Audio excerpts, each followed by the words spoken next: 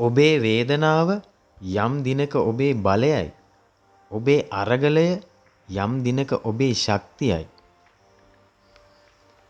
ඔබ වර්ධනය වන විට වෙනස් වීමට අකමැති මිනිසුන් ඔබට වෛර කරයි. සමහර විට අපි ලෝකයාට සඟවන කඳුළු ගැන දන්නේ අපේ කොට්ටය පමණි. මෝඩයින් තර්ක කරන තැනක යමෙක් නිහඬව සිටී නම් ඔහු ප්‍රඥාවන්තයෙකි. ජීවිතයේ ඔබට හමුවන වැරදි මිනිසුන් ඔබට නිවැරදිම පාඩම් කියා දෙයි. ඔබේ ශක්තිය යෙදවිය යුත්තේ අතීතය සමග සටන් කිරීමට නොව අනාගතයක් නිර්මාණය කිරීමටය. සරල ජීවිතයකට ප්‍රේක්ෂකයින් අවශ්‍ය නැත. ඔබට රිදවන අයගෙන් පලි ගැනීමට අවශ්‍යයි නම් ඔවුන් ගැන සැලකිලිමත් වීම සම්පූර්ණයෙන්ම නවතා දමන්න. පවුලක් යනු ලේවලින් එකිනෙකාට බැඳීම නොවේ. පවුලක් යනු ආදරයෙන්, ගෞරවයෙන් හා සාමයෙන් එකිනෙකාට බැඳීමයි. කෝපය පිරුණු කඩුව සටන පරාජය වන විට සාමයෙන් පිරුණු මනස සටන ජයගනී. ඔවුන්ට ඔබව විකල්පයක් පමණක් නම් කිසි විටකත් ඔවුන්ව ඔබගේ ප්‍රමුඛතාවයේ බවට පත් කර නොගන්න. අන් අයව තේරුම් ගත හැක්කේ ඔවුන් සිතන ආකාරයෙන් දැකීමෙන් පමණි. සොබාදහමේ නීති රීති අපට නිවැරදිම මාර්ගෝපදේශනය ලබා දෙනු ඇත. අතීතය අත්හරින්න. නමුත් අතීතය ඔබට ලබා දුන් පාඩම කිසි විටකත් අත් නොහරින්න. ඔබට ඊර්ෂ්‍යා කරන මිනිසුන්ගේ ප්‍රමාණයෙන් ඔබේ ජීවිතේ වර්ධනය මැනගන්න. බියගුල්ලා සාමය බලාපොරොත්තුවෙන් සිටින විට ශක්තිවන්තයා සාමය සොයාගනී.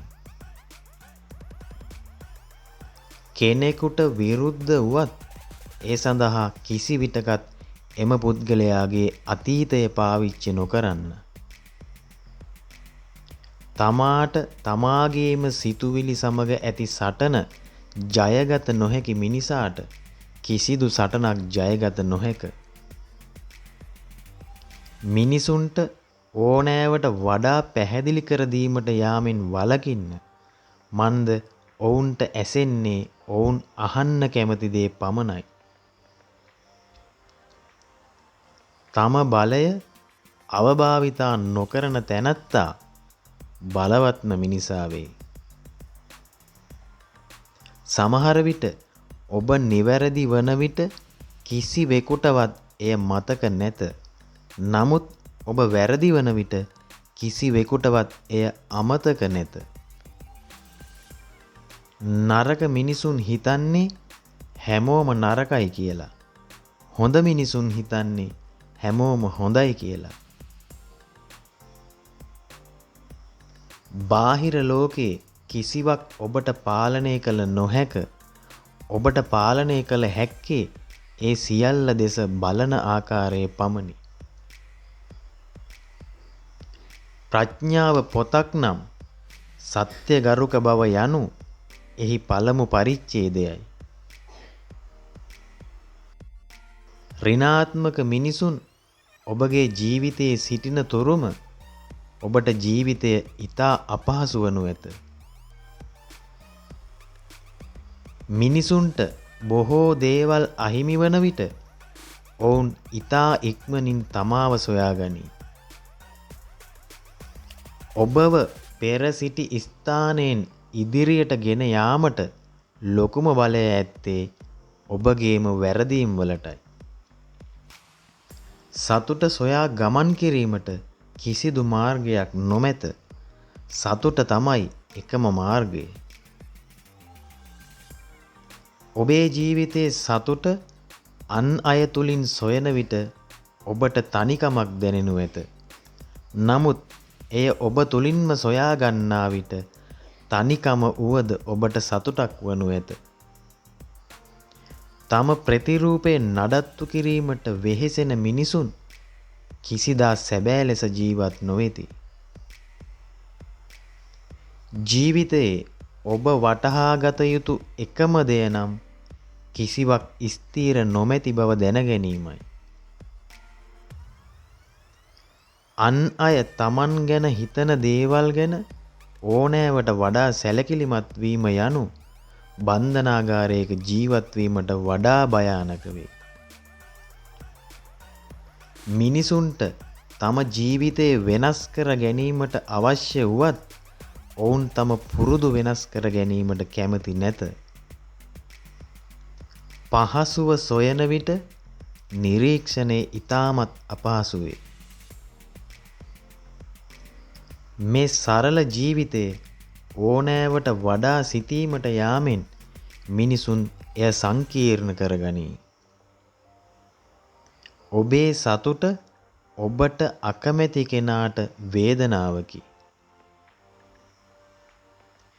පිළිතුර ඇත්තේ ගැටලුව තුලමයි. කලබල නොවී එය සොයාගන්න. ගැටලුවෙහි ගොදුරක් බවට පත්වුවහොත් ගැටලුව විසින්ම ඔබව ගිල දමනු ඇත. මමත්වයේ පිරුණු හිසක් තුලට කිසිදා සත්‍යයට ඇතුල් විය නොහැක. සියලු මිනිසුන්ට යහපත ප්‍රාර්ථනා කරන්න ඔබේ ජීවිතයත් નિરાයාසයෙන්ම යහපත් වනු ඇත. Taman ගැන හොඳින්ම දන්නා මිනිසා අන් අය Taman ගැන හිතන දේවල් ගැන සැලකිලිමත් වන්නේ නැත. ඔබේ මනස තවත් අවුල් කරන මිනිසුන් සමග නොව ඔබේ මනස නිර්වොල්ව තබා ගැනීමට උදව් කරන මිනිසුන් සමග සමීප වන්න. රැවටීමට ඇත්තේ ක්‍රම දෙකයි. එක අසත්‍ය විශ්වාස කිරීම. දෙක සත්‍ය විශ්වාස නොකිරීම. ජීවිතය ඔබට ආශිර්වාදයන් ලබා දීමට පෙර ඔබට බොහෝ දුෂ්කරතාවයන් ලබා දෙනු ඇත. සෑම අවසන් වීමක්ම නැවුම් ආරම්භයකට ප්‍රවේශයකි. මනසින් වැටුනොත් ජීවිතේ පරාදයි. මනසින් නැගිට්ටොත් ජීවිතේ දිනයි. සත්‍ය සමග සටන් කරන මිනිසා සත්‍ය විසින්ම පරාජය වනු ඇත. සමහර විට දරුණු වචන වලින් බිඳුණු හදවතක් සුව කිරීමට අවශ්‍ය වන්නේ මෘදු ආදරයකි. විවේක ගැනීමයි සැප පහසුවට හුරු වීමයි පටල ගන්න එපා. ශරීරයේ ස්පර්ශ කරන ආදරය ඉක්මනින් අවසන් වේ. ආත්මය ස්පර්ශ කරන ආදරය සදාකල් පවතී. වේදනාවන්, අත්දැකීම්, කඳුළු, අහිමිවීම, කඩාවැටීම් බුද්ධිමත් මිනිසෙක් මේ සියල්ල බාහිර ලෝකයෙන් සඟවා තබා ගනී. කාලය සමග ජීවත් වන ආකාරය අපට උගන්වන්නේ කාලයයි.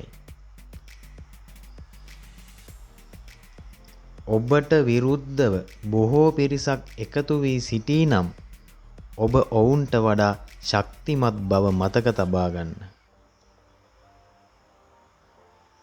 සෑම දෙයක්ම සිදුවන්නේ හේතුවක් ඇතුවයි. ඒ ගැන ප්‍රශ්න කිරීම නවතා එය අවබෝධ කර ගැනීමට උත්සාහ කරන්න.